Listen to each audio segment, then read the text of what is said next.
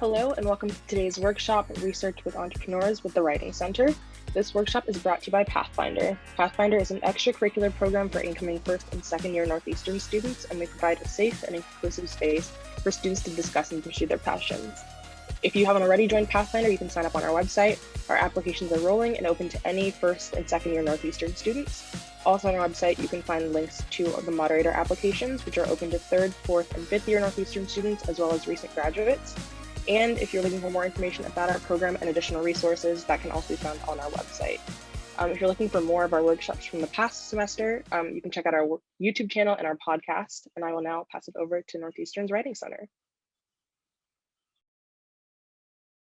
And that is us. Hi, everyone. So as I said, my name is Isabel. I'm director of the Writing Center, and I'm joined here with Nina Moawat and Caroline Grant. And Nina is our assistant director and Caroline the outreach director. And we're here to go over some important research skills that you might make use of as you develop your projects and at Northeastern. So yes, we're going to be focusing because of Pathfinder into thinking about research for entrepreneurs. And as we really thinking about the question of research, we are dividing this presentation into thinking about how do we do this process of research, right? What are some of the tools out there, both through the library and just Google? And also, what are some things you might want to consider as you look over materials that can be quite overwhelming? How do you determine what's useful for you? And issues having to do with the relevance for your project, for sure, types of materials you're looking at, and for sure also authority and bias issues. Are these materials relevant? Can I trust them? So first thing I want to talk about is whether you're developing a project, there's always an underlying research question that's motivating your choices and determining what you put into the system, the databases, and what do you get out, right? So having a research question is not something you just do for research papers, although you do that, but certainly for however the more you can articulate a question that speaks to the project you're developing, the better you're going to find materials that help you think through that project and connect all the dots, right? So we have an example here for you. Say you're looking at crowdfunding new technologies presently, right? So a question like that, and this is sort of a working question that as you move through the research project is likely to change and to become more refined as well as you kind of really figure out what you're doing. But let's just think about our example here.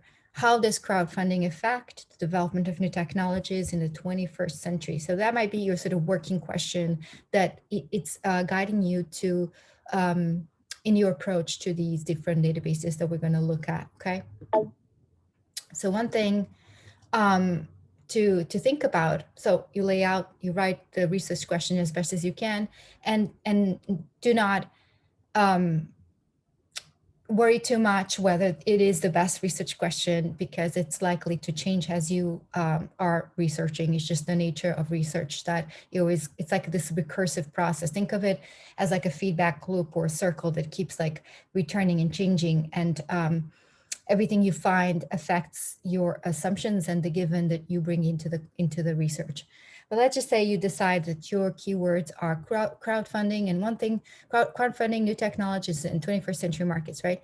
And so one thing you can do, it's really thinking about networks of language, other words that kind of are related to it. In the case of crowdfunding, crowdsourcing, grassroots fundraising, Kickstarter, new technologies, you may want to think of invention, innovation, process, entrepreneurship, and obviously 21st century market.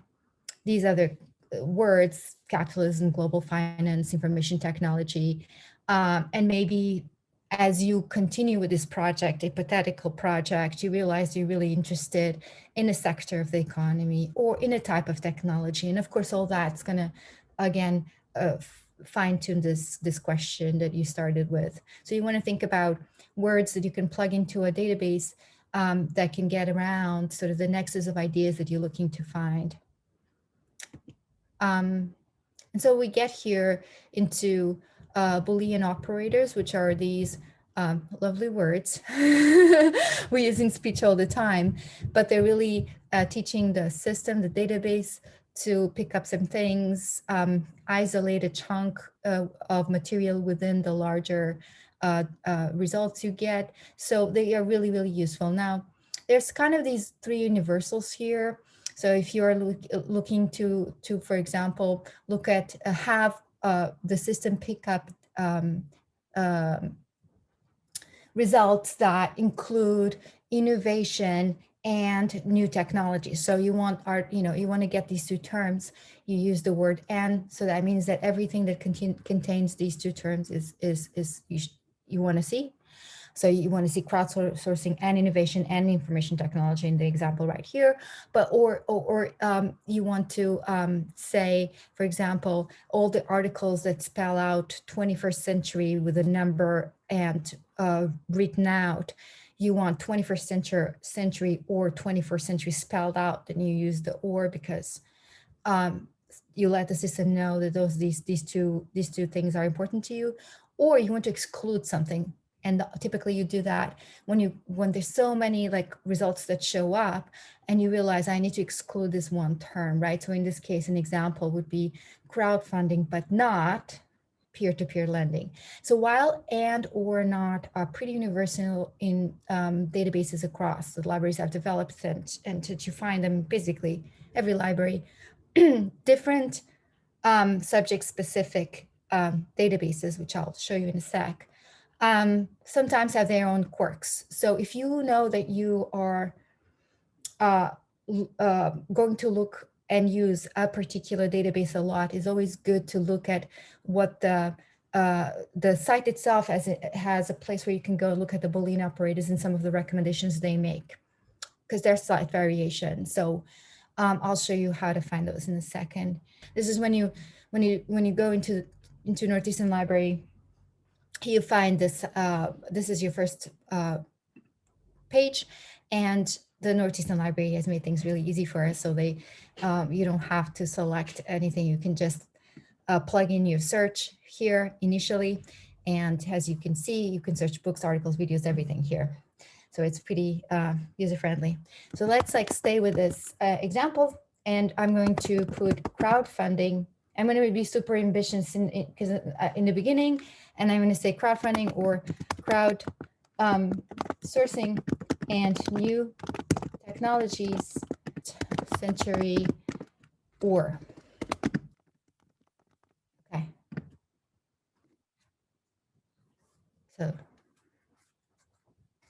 and this gives me nothing, and that's my point here. I look at this and I think, you know what, new technologies implies in some way the present time. Do I really need 21st century? If I take that out, let me see what shows up. Maybe this is not something that has been used in the literature that I'm seeking. So I do that. And many more things show up and tons of stuff, right? So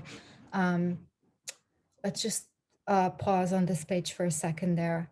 I have a couple of things that I think you should notice. First, here at the top, you have the system telling you, understanding that you are looking for crowdsourcing or crowdfunding, crowdsourcing new technologies, but it's saying it's picking up how new technologies are linked to something that maybe the system finds that it's used more commonly, emerging technologies. So that's, and what they did is that they ask you, hey, I ran this search with emerging technologies, is that okay, or you just want to go with this one? I actually, it gives me a clue that emerging technologies might be a better term for me to find stuff. I also see here on the side have full text, these many full text online, which is, it's a lot. We have something called peer-reviewed journals, which I'll say a few words about in a sec, and open access. That means you can access the materials without institutional, not even sort of just going to the site.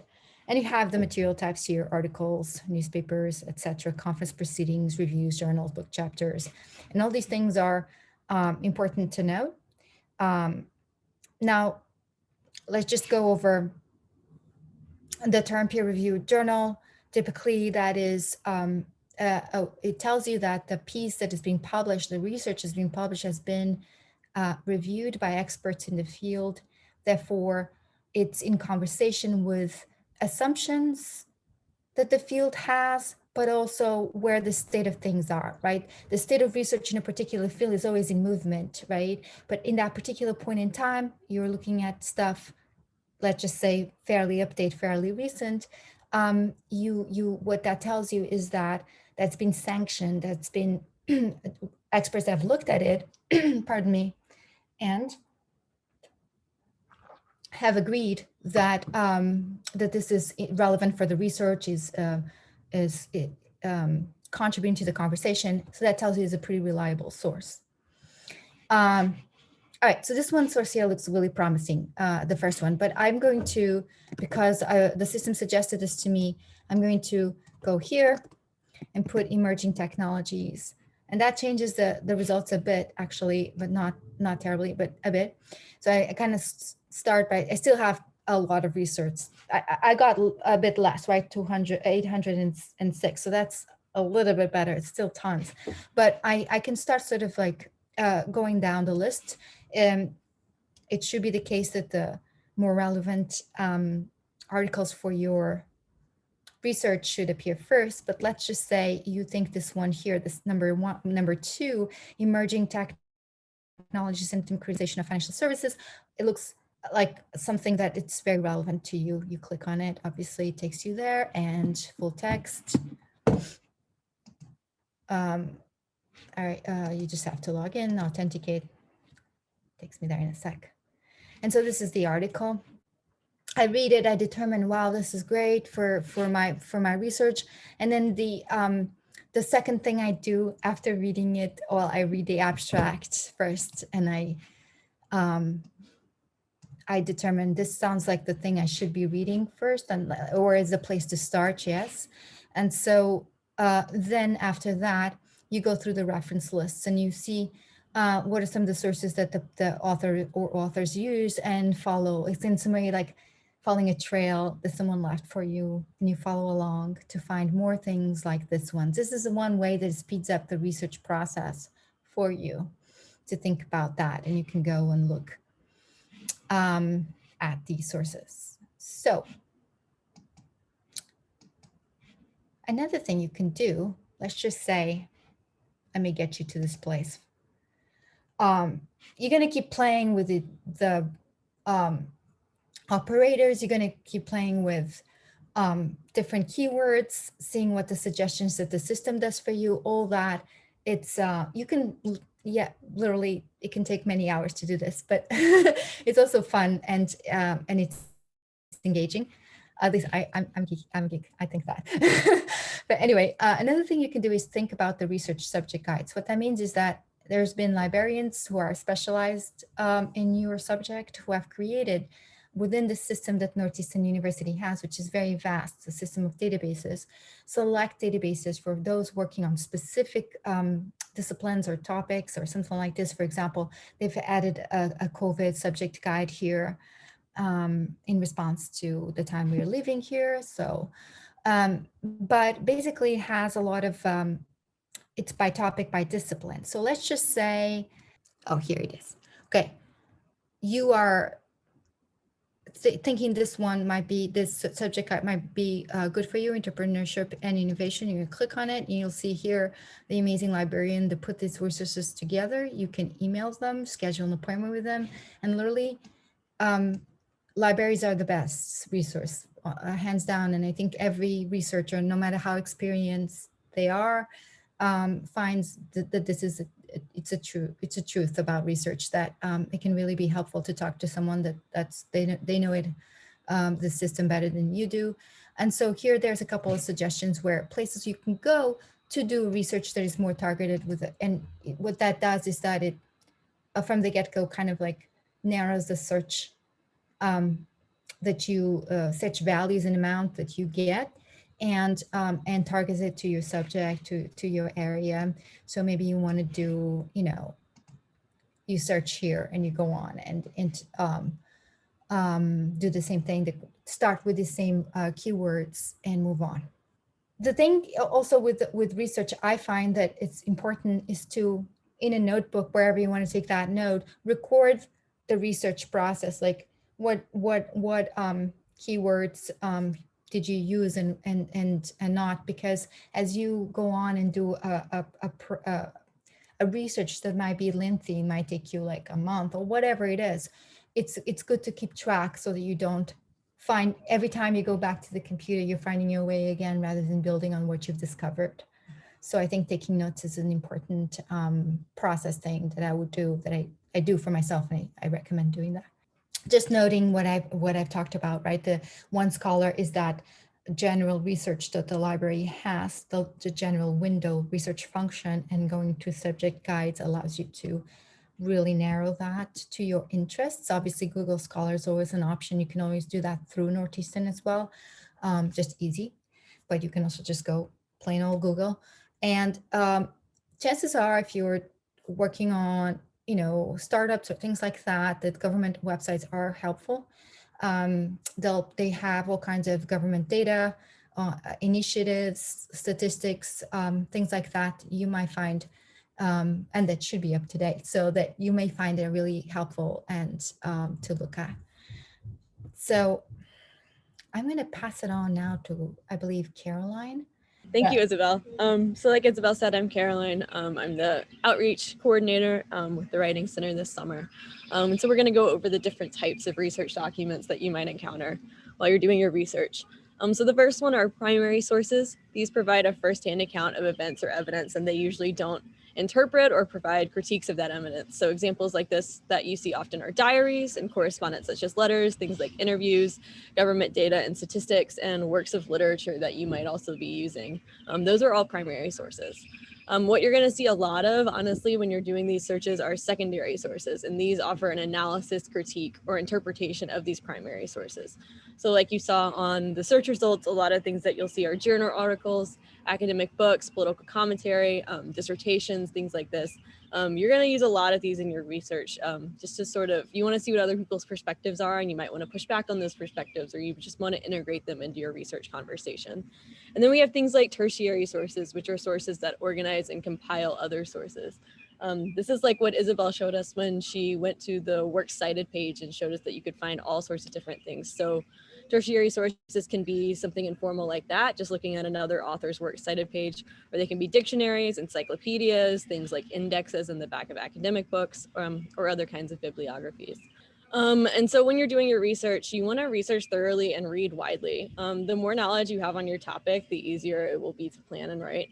And there might be articles that exist in this sort of like gray area. You're like, it's sort of relevant, but it's not quite relevant enough for me. I would keep it anyway, because they can offer like last minute insights that you didn't think that you would want. And it's kind of fun going down like the Google Scholar or the Northeastern Library rabbit hole, in my opinion. And as Isabel showed us, one source can lead to a trail of other useful sources, including works cited pages. And as you go along, you want to keep your sources organized. You can use whatever system works for you. There's no right or wrong way. You can use note cards. You can make like an organized folder on your computer. You can use a Word document, or you can have a citation management service like Zotero, which I'll talk more about later when we go to citing sources. Okay, and so when you're looking at your sources, these are the sort of things that you want to go over in terms of evaluating, like, is this a good source for me to use? So different fields have different standards about this. It depends on what you're doing. Stuff like the social sciences and the humanities, in terms of currency and when it was published, have a bit of a broader range. Generally anything in the last 20 years is good, but if you're working on something that's about like cutting edge sciences, right? You don't want to be using an article from 1996 as one of your sources. You want to be using something from like 2018 on or 2015 on. You just want to make sure that it's current enough for your research and that you're not sharing outdated information. In terms of coverage or the relevance, you want to make sure it's relevant to your research and does it cover the topic for your needs. You want to make sure the credentials of the authors are generally good. If it's a peer-reviewed article, they typically are. Especially if they have university affiliations. There are some scholars who have been, quote unquote, discredited in academia. You just want to make sure you're not using those people. Accuracy, is this accurate information, and can you verify that information? if it sounds too good to be true, right, it's probably too good to be true. If you can find another source that if it's this amazing like scientific result, you know, you want to make sure that the results have been replicated in a different study to verify that information. And then the objectivity. It's like the author's purpose in creating this source. Like, is it useful for you? Like I said, every secondary source that you find, like a journal article, they generally have a stance or a position, especially if it's some sort of criticism of earlier results or different articles. And so you want to keep that author's positionality in mind when you're thinking about if this source is useful to you. If it's a magazine article and it was written for a different audience than what you were writing, it's okay to read it and get information from it. It just might not want to be a source that you formally use in your paper. And I think I'm turning it over to Nina now. Is that correct? Yep. Thanks, Caroline. Yep. Okay, so moving on from that, just like you have all of your research, you have everything. Now it's like time to write the paper. You need to identify which aspects of that research is important for you to use. So it's necessary to understand that bias is going to be everywhere. Like, as long as you have an opinion, there's going to be bias. But you want to try and figure out which articles try to avoid that bias as much as possible. You want to try and look up who the writers of those articles are, for example. You might want to try and see, you know, if like a scientist is writing about climate change and says that climate change isn't a thing, and then like you look it up and it turns out that they're funded by like a petrol company. That's bias. So you want to make sure that you're actually going through all of those steps and that the research that's being done is as objective as possible, even though there's no like pure objectivity. Yeah, you want to figure out ways to incorporate it maybe into your own paper. So that's something that I struggled with when I first started writing research papers, because you can use papers that you don't agree with necessarily as well in your papers. You don't have to just find articles that support your arguments. You can also use stuff that you can argue against, right? So articles are basically, or research is just like conversations that are happening. You can agree and disagree with them. So just because there's bias in a specific paper doesn't mean that you can't use it, but you need to be able to use it in a productive way. And so moving on to one of the last phases of the research process, and it's wanting to make sure, like Caroline said, you have all of your research, you have all of your articles. You want to keep those on hand just so that when if you want to like publish or like submit your paper, you want to make sure that nothing is plagiarized. Sometimes even if you don't directly quote something, if you read it and like it's sitting inside your head and like you're thinking about it and you write it down and you're no longer able to find that article again, that's just going to make your life complicated for no reason. So if you use systems like Zotero, for example, you can just like save all of those articles there. Sometimes I even look up articles I read a couple of years ago that I thought I wouldn't need and I end up needing, right? And you want to make sure that you're citing correctly. For the humanities, we usually use MLA. For social sciences, APA, engineering, IEEE. They sometimes update them every year or every couple of years. So you want to make sure either to look at the official handbooks. You can look at Purdue OWL, the website. I almost always have that open. Or you can come to the Writing Center as well. You can just have someone help. And that's moving on to the last slide and ending. The Writing Center is always going to be open. We're open this summer for online appointments. Weekdays 9 to 9, and then weekends 9 to 1. And you can come with any stage of the writing process. So you can come with just like a research question that you're thinking about, or with ideas that you're wanting to develop, but you don't know how, or if you just have a first draft or want to work on citations. So any process that includes writing, you can just come to the Writing Center and have someone help out and, give you some ideas. And that's it. Yeah, just to follow up on Nina, yes, you'll have like 45 minutes with a tutor, and that's like priceless. Just someone there that can listen to you and, engage with your work and your thoughts and ideas. It's, I think, amazing. So yeah, if you have any questions. Yeah, thank you so much, all of you, for presenting. I had a question about, say you're interested in becoming a tutor or working with the Writing Center in that capacity. Is there a way to get involved that way? Yes, we typically are always sort of hiring. I mean, not during COVID, but I don't think that's not a model. Yes, what you do is that you send us your resume, and you send us a writing sample, academic writing sample, and we put it on file. And when we do need tutors en masse, we put out a call through student employment. So yes, if you're interested and passionate about writing, definitely shoot us an email. And there are other ways to get involved at the Writing Center. If you don't want to be a tutor, or you feel like you don't have the time, or we're not hiring or whatever, the Writing Center hosts events, and I think those events will actually be in person this fall. So we have like the Day of Writing in October, and then we have Writers Week, and these are really great ways. Meet tutors, just talk to other people about your writing in like a really informal and casual and fun way. We're still working on planning the events for those in the fall, but that's another way to get involved if we're not hiring as well. Yes, and thanks for bringing that up, Caroline, because for example, in Writers Week, we open our center to the entire community at large, and we help all kinds of people with their projects, their websites, their like all kinds of stuff, which is really, really beautiful. So anyway, so just putting it out there.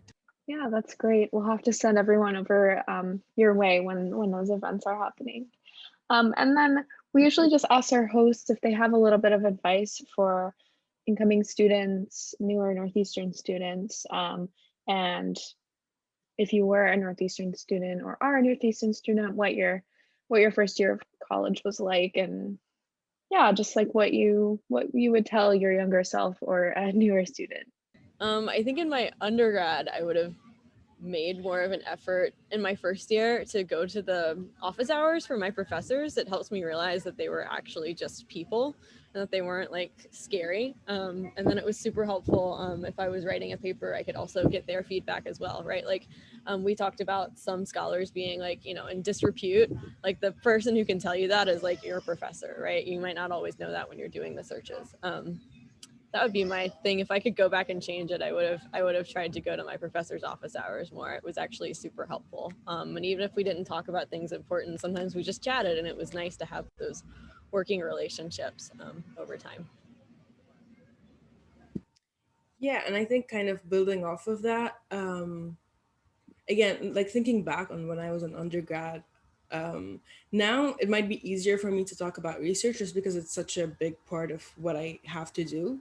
But at the beginning, it was quite daunting for me, especially, so I'm an international student. Like it was a bit of a phase for me to like get into how to research, etc. So maybe going to a librarian is always super helpful. Like genuinely, it's having someone you can go to and ask that is their field. They can direct you to the top scholars where you can start building off of it, where instead of like what I would do was just like get into these holes and not get at the actual center of the research. And that tends to happen because there's just so much research out there, right? And if you're not very if you don't read up on what's coming out all the time, it might be easy to get lost in all of that like scholarship. So just asking around, everyone's just usually just super helpful. I used to be super intimidated as an undergrad, but people love talking about what they're actually working on. Like that's what they work on most of the time. They just want to talk about it. So asking people is always a good idea. Yeah, I think both of you are really good at advice, but I'm going to use like a working out analogy. Pardon me for this, but really like learning is so much about, there's a strain on you, right? You feel just like when you're trying to get stronger muscles, it kind of like it's you're working, like you feel the working, you're out of breath, so there's some of that going on in learning. And that's, instead of like being anxious about that, right? Which just sort of relaxing and understanding that you're feeling that means you're kind of actually transforming. Anything transformative is very, it affects you. So it's an intense process to be at school, my point, and it should be, right?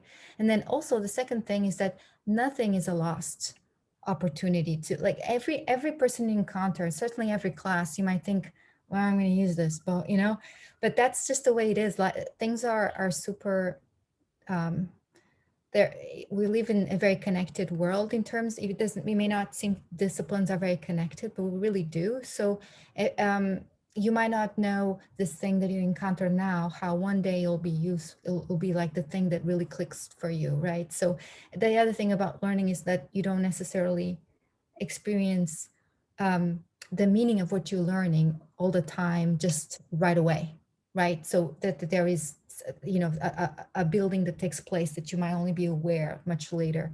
So what that means is that being super open is the best thing you can do for yourself. Being like just open and being willing to be open to the experience and to give of yourself, right, to it. So it's super exciting. I wish I was in the grad again. Anyway, so. Yeah, and we always emphasize that interdisciplinary connected network that we have at Pathfinder, because it is really so important to have an open mind and to be connected with all different types of learning and all different types of industries. So, well, okay, thank you so much, all you wonderful people from the Writing Center. We really appreciate you presenting today, and we look forward to working with you hopefully in the future with Pathfinder. Sure, Thank you so much. Thank you for having us.